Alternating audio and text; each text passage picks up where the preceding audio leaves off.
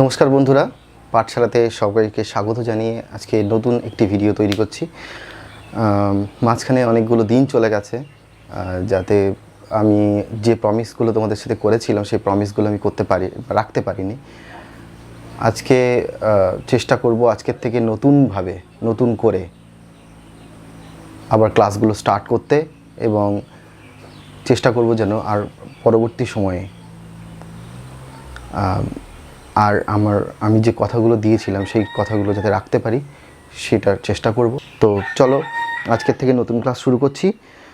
Thumbnail দেখে সবাই তো বুঝেই গেছো যে আমরা আজকে ইংলিশ ক্লাস শুরু করব। ইংলিশ ক্লাস শুরু করার আগে একটা কথা আমি বলতে চাই। দেখো, আমরা মূলত এখানে কম্পিটিটিভ এক্সাম, বিভিন্ন ধরনের গভর্নমেন্ট জবের জন্য যে কম্পিটিটিভ এক্সামগুলো আছে তার জন্য আমরা পড়াশুনো করছি। সেক্ষেত্রে যে কম্পিটিটিভ এক্সামগুলোতে দু ধরনের ইংরেজি আসে। একটা হচ্ছে শুধু মাল্টিপল চয়েস টাইপ যে কোশ্চেনগুলো হয়, সেখানে গ্রামারের সাইডটাকে বেশি গুরুত্ব দেওয়া হয়। আর যেটা তোমার ডেসক্রিপটিভ টাইপের যে কোশ্চেনগুলো হয়, যেমন ধরো WBCS এর মেইন বা পিএসসির মেইন, পিএসসির অন্যান্য পরীক্ষাগুলো যেরকম ক্লার্কশিপ বা হচ্ছে তোমার মিসলেনিয়াস, এই সমস্ত পরীক্ষার যে মেইন পেপারগুলো হয় সেখানে তোমাকে লিখতে হয়। মানে দেখা যাচ্ছে সেখানেও গ্রামারের প্রশ্ন থাকে, গ্রামারের উপরে বেস করে প্রশ্ন থাকে, কিন্তু সেখানেও তোমাকে লিখতে হয়। আর থাকে রাইটিং স্কিল। তো রাইটিং স্কিলটা হচ্ছে তোমার গ্রামার শেখার পরবর্তী ধাপ। তুমি কতটা গ্রামার শিখেছো তার উপরে ভিত্তি করেই তোমার রাইটিং স্কিল কিন্তু ইমপ্রুভ করে। আমাদের অনেকের ধারণা আছে হয়তো যে ঠিক আছে, রাইটিং স্কিল তো তাহলে এইটা মুখস্থ করে চলে যায়, এটা আসবে লিখে দেব।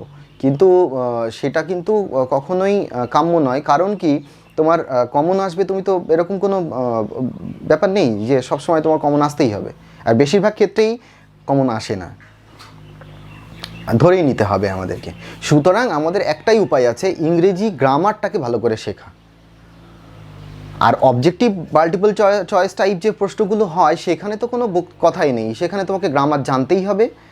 গ্রামার জানা ছাড়া তোমার কোনো উপায় নেই। তো আজকের থেকে আমরা ইংরেজি গ্রামার শুরু করছি। মোটামুটি আমি এরকম একটা পরিকল্পনা নিয়েছি যে প্রতি সপ্তাহে 2টো গ্রামারের ক্লাস হবে আর 2টো অঙ্কের ক্লাস হবে। ইংলিশের ক্লাস হবে 2টো আর 2টো ক্লাস হবে তোমার অঙ্কের। তো চলো তাহলে আজকে শুরু করি। আচ্ছা, আজকে তোমরা থাম্বনেল দেখে বুঝে গেছো যে আমাদের যে আজকে মেইন টপিকটা হবে সেটা হচ্ছে introduction to basic English grammar. দেখো, বেসিক ইংলিশ গ্রামারের যে ইন্ট্রোডাকশান যদি আমরা বলি, তাহলে দেখো আমাদের তো সেই লেটার, সেই ওয়ার্ড, সেই সেন্টেন্স, এগুলো তো শিখতেই হয়। এখন আমি ধরে নিচ্ছি তোমরা ছোটোবেলায় কিছু না কিছু তো ইংরেজি পড়েছই, সুতরাং লেটার কী জিনিস, ওয়ার্ড কী জিনিস, এগুলো তোমরা সবাই জানো। আমরা মূলত শুরু করব টেন্স থেকে। শুরু করব, কিন্তু টেন্সের আগে কয়েকটা জিনিস আমাদেরকে বুঝে নিতে হবে। আর আজকের আলোচনাটা সেগুলো নিয়েই। চলো শুরু করি। আমি প্রথমে একটা সেন্টেন্স লিখি।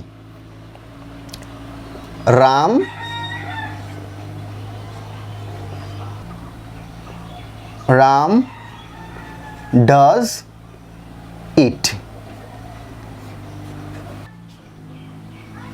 রাম একটা ওয়ার্ড, ডাজ একটা ওয়ার্ড, আর ইট একটা ওয়ার্ড। ইংরেজিতেও একটা সেন্টেন্সের মধ্যে ক্রিয়া এবং অন্যান্য ওয়ার্ডের মধ্যে সম্পর্ক থাকে।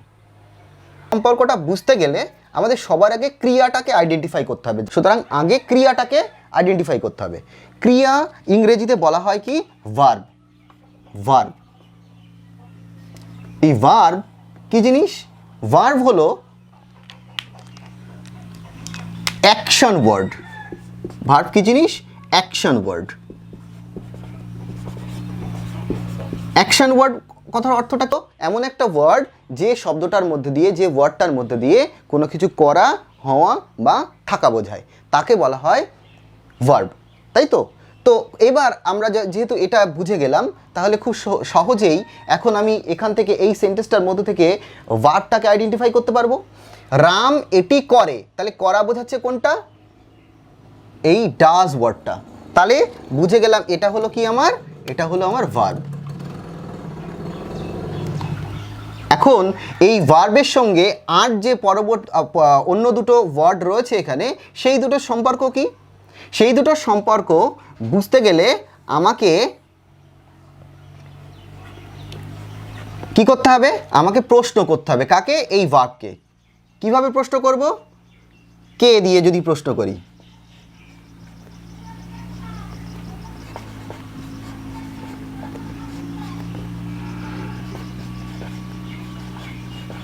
কে দিয়ে যদি প্রশ্ন করি, কি উত্তর আসে? কে করে? আমার কিন্তু উত্তর আসবে রাম। কে করে? রাম। তাই এই যে কে দিয়ে প্রশ্ন করে যে উত্তর আসে সেটাকে কি বলে? সেটাকে খুব গুরুত্বপূর্ণ, সেটাকে বলে সাবজেক্ট। তাহলে কোনো বাক্যের ভার্বকে, কোনো সেন্টেন্সের ভার্বকে যদি কে দ্বারা প্রশ্ন করা হয়, তাহলে যে উত্তরটা আসে সেটা হলো আমার সাবজেক্ট। বাংলায় বলে কর্তা। বোঝা গেল? আর কি? আর কি বা কাকে দ্বারা প্রশ্ন করা যায়?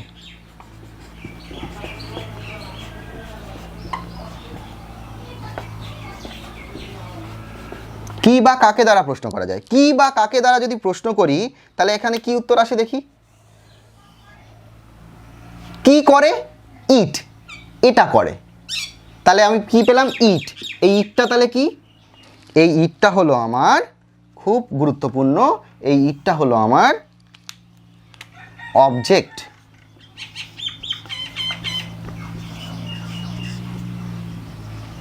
বাংলায় কি বলে কে? বাংলায় বলে কর্ম। তাহলে দেখো কি বুঝলাম এখান থেকে? একটা সেন্টেন্সের গঠন বুঝতে গেলে আমি সবার প্রথমে ভার্বটাকে আইডেন্টিফাই করে নেব।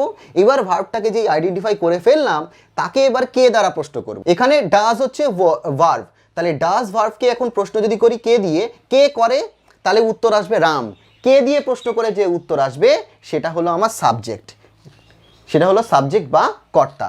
আর কি বা কাকে দ্বারা প্রশ্ন করলে যে উত্তর আসবে, এখানে দেখো কেন কি বা কাকে দ্বারা বলা হচ্ছে। অনেক সময় কি হয়, ধরো আমি একটা সেন্টেন্স বললাম, father gave me a pen. এখানে দেখো বাবা আমাকে একটি কলম দিয়েছিলেন।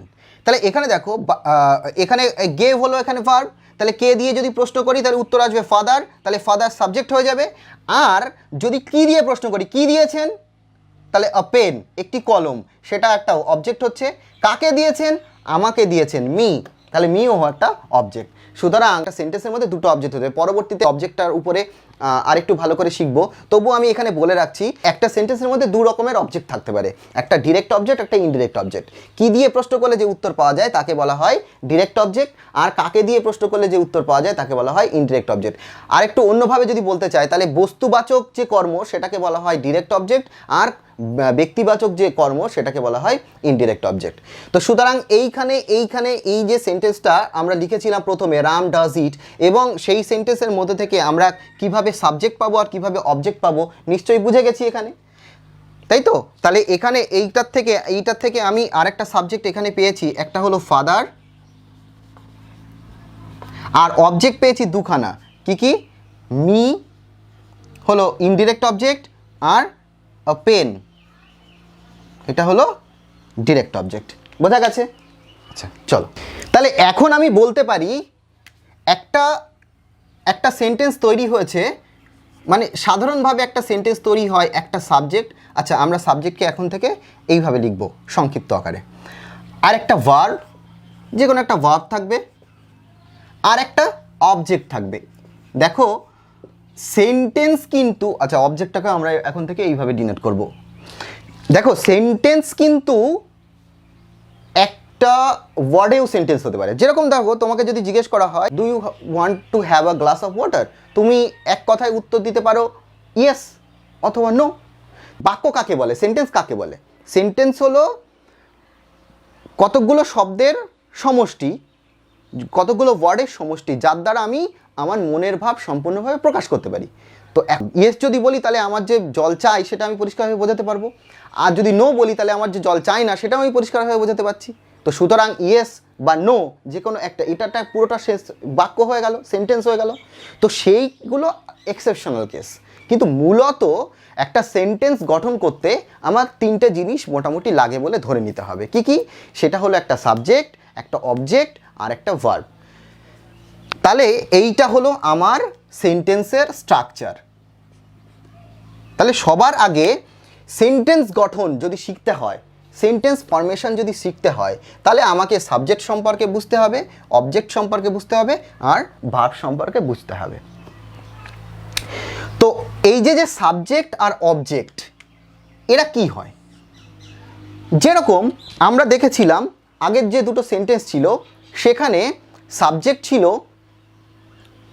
রাম আর একটা ছিল হচ্ছে ফাদার। রাম একটা প্রপার নাউন, ফাদারও একটা নাউন। আর অবজেক্টের ক্ষেত্রে কি হয়েছিল? প্রথম সেন্টেন্সটায় অবজেক্ট ছিল ইট, দ্বিতীয় সেন্টেন্সটায় অবজেক্ট ছিল মি আর আ পেন। এখানে ইট হলো একটা প্রোনাউন, আর মি একটা প্রোনাউন, আর পেন হলো একটা নাউন। তাহলে একটা জিনিস আমরা বুঝতে পারলাম, এই সাবজেক্ট আর অবজেক্ট এগুলো হয় মূলত দুটো জিনিস। কি কি? একটা হলো নাউন আর একটা হলো প্রোনাউন। তাহলে কি বুঝলাম সাবজেক্ট আর অবজেক্ট হলো মূলত দুটো জিনিস হয়, নাউন অথবা প্রোনাউন। এবার এই নাউন অথবা প্রোনাউনের কয়েকটা জিনিস আছে। আচ্ছা, এটা মুছে দিচ্ছি। এখন আমরা পরবর্তী ধাপে চলে যাচ্ছি। নাউন আর প্রোনাউনের দুটো জিনিস আমাদেরকে শিখতে হবে। নাউন, দেখো, নাউন প্রোনাউন মানে পার্টস অফ স্পিচের উপরে আমরা সম্পূর্ণ ভিডিও করব, সম্পূর্ণ ক্লাস করব, সেখানে ইন ডিটেলস এদের সম্পর্কে আমরা আলোচনা করব। কিন্তু আপাতত আমরা কি করছি? আপাতত আমরা বাক্য গঠনের জন্য যেটুকু প্রয়োজন সেইটুকুই পড়ব। ঠিক আছে? আচ্ছা, নাউন আর প্রোনাউন এগুলোর দুটো জিনিস আছে। কি কি? একটা হলো নাম্বার, খুব গুরুত্বপূর্ণ কথা, নাম্বার। আর একটা হলো পার্সন।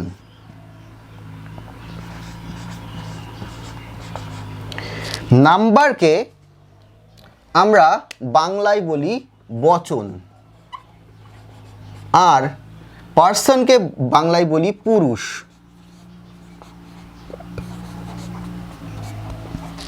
দেখো, নাম্বার হচ্ছে দু রকমের হয়। কি কি? সিঙ্গুলার নাম্বার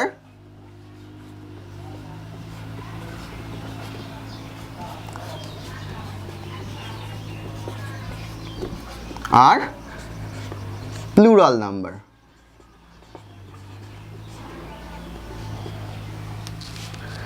আর এই পার্সন ইংরাজিতে তিন রকমের হয়। কি কি? ফার্স্ট পার্সন, সেকেন্ড পার্সন আর থার্ড পার্সন। মানে নাম্বার হচ্ছে ইংরেজিতে দুই রকমের, সিঙ্গুলার নাম্বার আর প্লুরাল নাম্বার। সিঙ্গুলার নাম্বার মানে এক বচন, আর প্লুরাল নাম্বার মানে বহু বচন। আর পার্সন হলো ইংরেজিতে তিন রকমের।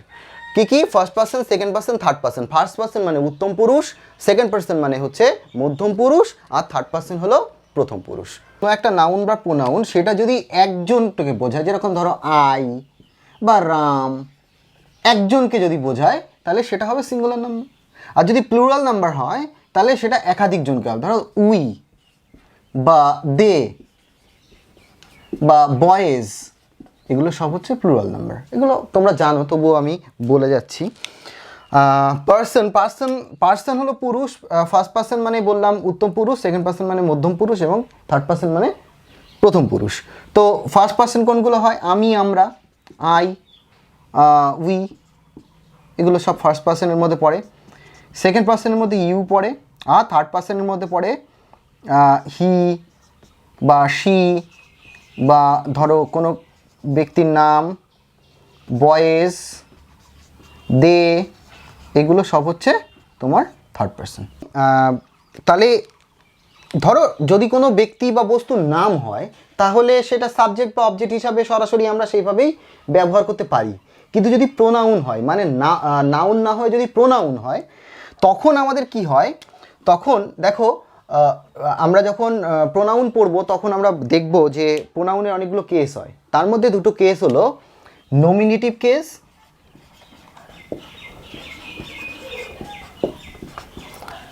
আর অবজেক্টিভ কেস। এই দুটো কেস হয়, নমিনেটিভ আর অবজেক্টিভ। তো নমিনেটিভ কেস কোনগুলো? যখন কোনো একটা প্রোনাউন সাবজেক্ট হিসাবে ব্যবহৃত হয় তখন তাকে বলা হয় নমিনেটিভ কেস। আর যে রূপে ব্যবহৃত হয় সাবজেক্ট হিসাবে তাকে বলা হয় নমিনেটিভ কেস।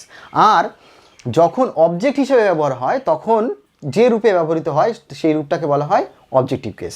যেরকম দেখো, আমরা যদি সাবজেক্ট হিসাবে আই ব্যবহার করি, তার অবজেক্ট হিসাবে যদি ব্যবহার করতে হয় সেটা মি ব্যবহার করতে হবে।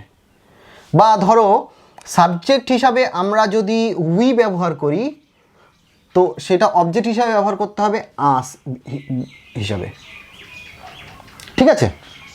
এছাড়াও অনেকগুলো পজিটিভ কেস হয়, রিফ্লেক্সিভ কেস হয়, সেগুলো আলাদা। সেগুলো পরে আমরা যখন প্রোনাউন আলাদা করে পড়বো তখন আমরা সেগুলো দেখব। তো যেরকম ধরো, যদি এখানে আমি হি তোমার নমিনেটিভ কেস মানে সাবজেক্ট হিসাবে হি ব্যবহার করি, তখন আমাকে নমিনেটিভ কেস বলবো তাকে হিকে, আর তার অবজেক্টিভ কেস তখন হবে হিম। ঠিক আছে? এই সেন্টেন্সটা আমরা লিখেছিলাম, রাম ডাজ ইট। তো এখানে এইটা হলো আমার সাবজেক্ট আর এটা হলো আমার অবজেক্ট। তো এগুলো সম্পর্কে সাধারণ যে ধারণা সেটা আমরা পেলাম। এখন আমার বাকি আছে, এটা হলো ভার্ব। এই ভার্বটা সম্পর্কে আমার সাধারণ ধারণা একটু বাকি আছে। দেখো, ভার্ব মেইনলি আমরা সেন্টেন্সের মধ্যে যে সমস্ত ভার্বগুলো ব্যবহার করি, মেইনলি সেটাকে দুটো ভাগে ভাগ করা যায়। একটা হচ্ছে প্রিন্সিপাল বা মেইন ভার্ব, আর একটা হচ্ছে অক্সিলিয়ারি বা হেল্পিং ভার্ব। নাম থেকেই বুঝতে পারছি কোনো একটি বাক্যের প্রধান ক্রিয়াকে আমরা বলবো মুখ্য ক্রিয়া বা প্রিন্সিপাল ভার্ব বা মেইন ভার্ব। আর সেই ভার্বটার, সেই সেন্টেন্সটার মধ্যে যদি কোনো সাহায্যকারী মানে প্রধান ক্রিয়াকে যদি অন্য কোনো ভার্ব থাকে যে সাহায্য করছে, তখন তাকে বলবো আমরা অক্সিলারি ভার্ব বা হেল্পিং ভার্ব বা সাহায্যকারী ক্রিয়া। তো দেখো, এই প্রত্যেকটা প্রিন্সিপাল ভার্বের তিনটে করে রূপ হয় আমরা জানি। কি কি সেটা? এক নম্বর হচ্ছে প্রেজেন্ট, দুই নম্বর হচ্ছে পাস্ট, আর তিন নম্বর হচ্ছে পাস্ট পার্টিসিপল।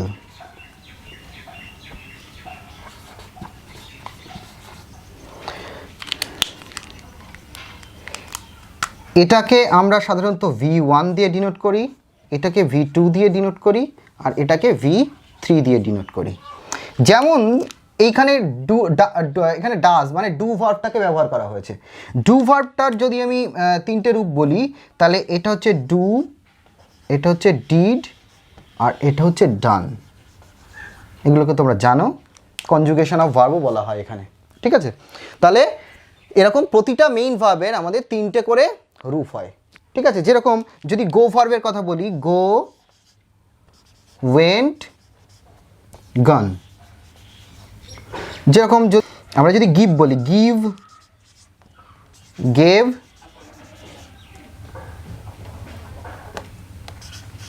গিভেন।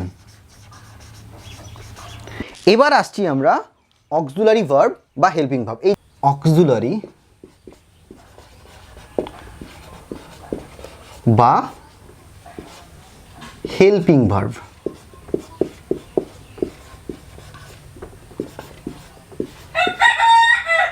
এই অক্সিলারি বা হেল্পিং ভার্ব দু রকমের হয়। একটা হচ্ছে প্রাইমারি অক্সিলারি,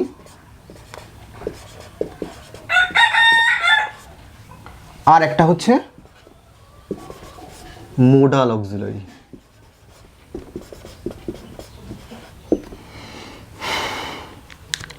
তো প্রাইমারি অক্সিলারির মধ্যে কি কি পড়ে?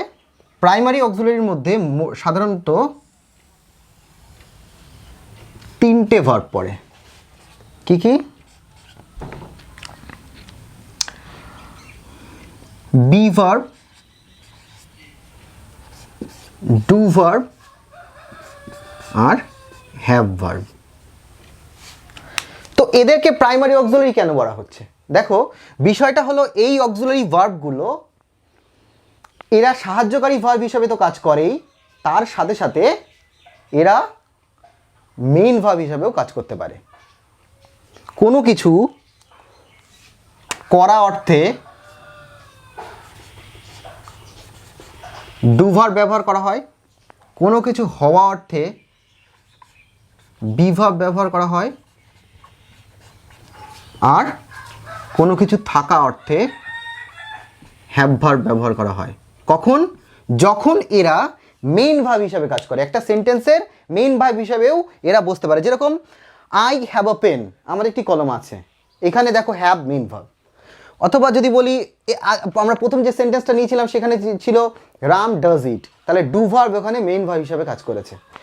Be verb I am Ram, মানে এখানে ইজ হলো বি ভার্বের একটা রূপ, সুতরাং বি ভার্ব এখানে মেইন ভার্ব হিসাবে কাজ করছে। তাহলে এই জন্যে এদেরকে বলা হয় প্রাইমারি অক্সিলারি, এই তিনটে ভার্বকে।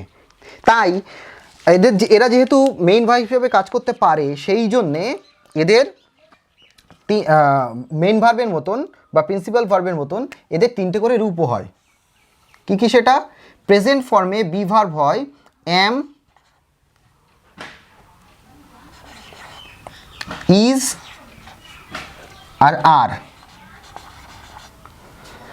পাস্ট ফর্মে এম এর জন্যে আর ইজের জন্যে, এই দুটোর জন্যে পাস্ট ফর্মে হয় হচ্ছে ওয়াজ, আর আর এর জন্যে ফার্স্ট ফর্মে হয় ওয়্যার। আর শেষে থাকলো পাস্ট পার্টিসিপল ফর্ম বা V3, সবগুলোর জন্যেই বিন। আশা করি বোঝাতে পেরেছি। দেখো, বি ভার্ব যখন মেন ভার্ব হিসেবে কাজ করবে তখন তার অর্থ বোঝাবে হওয়া, আর যেহেতু এই মেন ভার্ব হিসেবে কাজ করতে পারে সেই জন্যে এর কিন্তু তিনটে রূপও আছে, এম, ইজ আর আর ফার্স্ট ফর্মে বা V1, এটা V1-এ।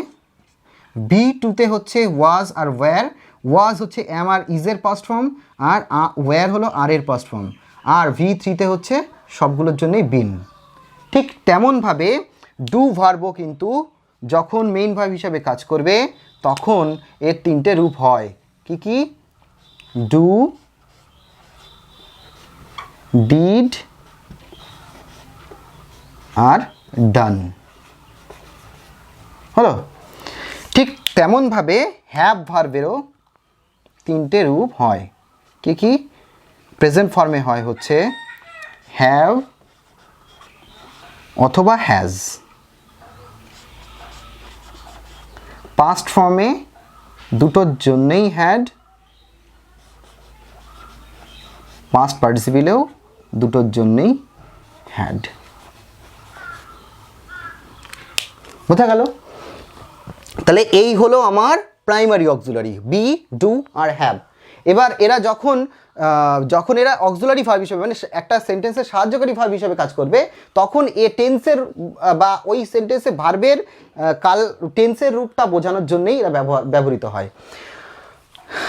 আর এবার বাকি থাকলো কি? বাকি থাকলো আমাদের মোডাল অক্সিলারি। মোডাল অক্সিলারি কোনগুলো? মোডাল অক্সিলারিগুলো কিন্তু মেইন ভার্ব হিসাবে কাজ করতে পারে না।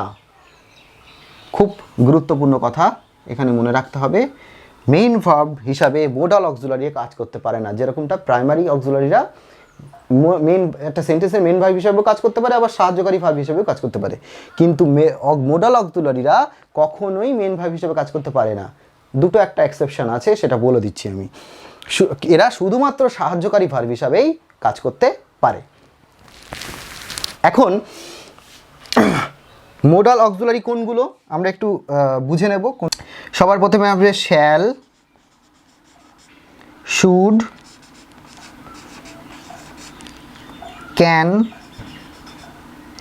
কুড, উইল,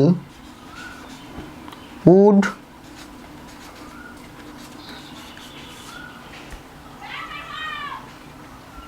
তারপরে হলো মাস্ট,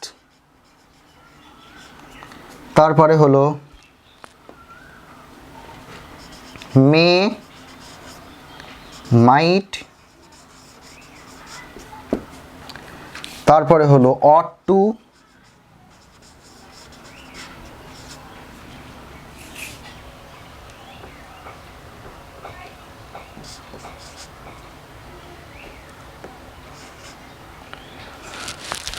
তারপরে হলো ইউজড টু,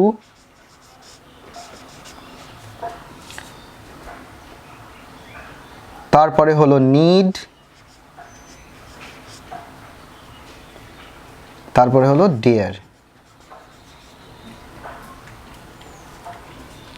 এখন এখান থেকে এই পর্যন্ত এরা কিন্তু এরকম ধরনের অক্সিলারি, যেরকম এই অট টু আর ইউজ টু, এই দুটো শুধুমাত্র পাস্ট টেন্সে ইউজ হয়, আর এরা যে কোনো টেন্সে ইউজ হতে পারে। এই দুটো শুধুমাত্র পাস্ট টেন্সে ইউজ হয়। আর এই দুটো নিড আর ডিয়ার, এই দুটো এরা কিন্তু এমন দুটো মোডাল, এরা মেইন ভার্ব হিসেবে কাজ করতে পারে। একটু আগেই বললাম যে এক্সেপশন আছে দুটো, সেই দুটো হলো এরা দুজন। এরা নিড আর ডিয়ার, অ্যাকচুয়ালি এরা হচ্ছে কি, এরা তো অ্যাকচুয়ালি মেইন ভার্ব বা প্রিন্সিপাল হিসাবেই কাজ করে, কিন্তু এরা মোডাল হিসাবেও কাজ করতে পারে, হচ্ছে কথা। সেই জন্যে এদের তাহলে তিনটে রূপও থাকবে,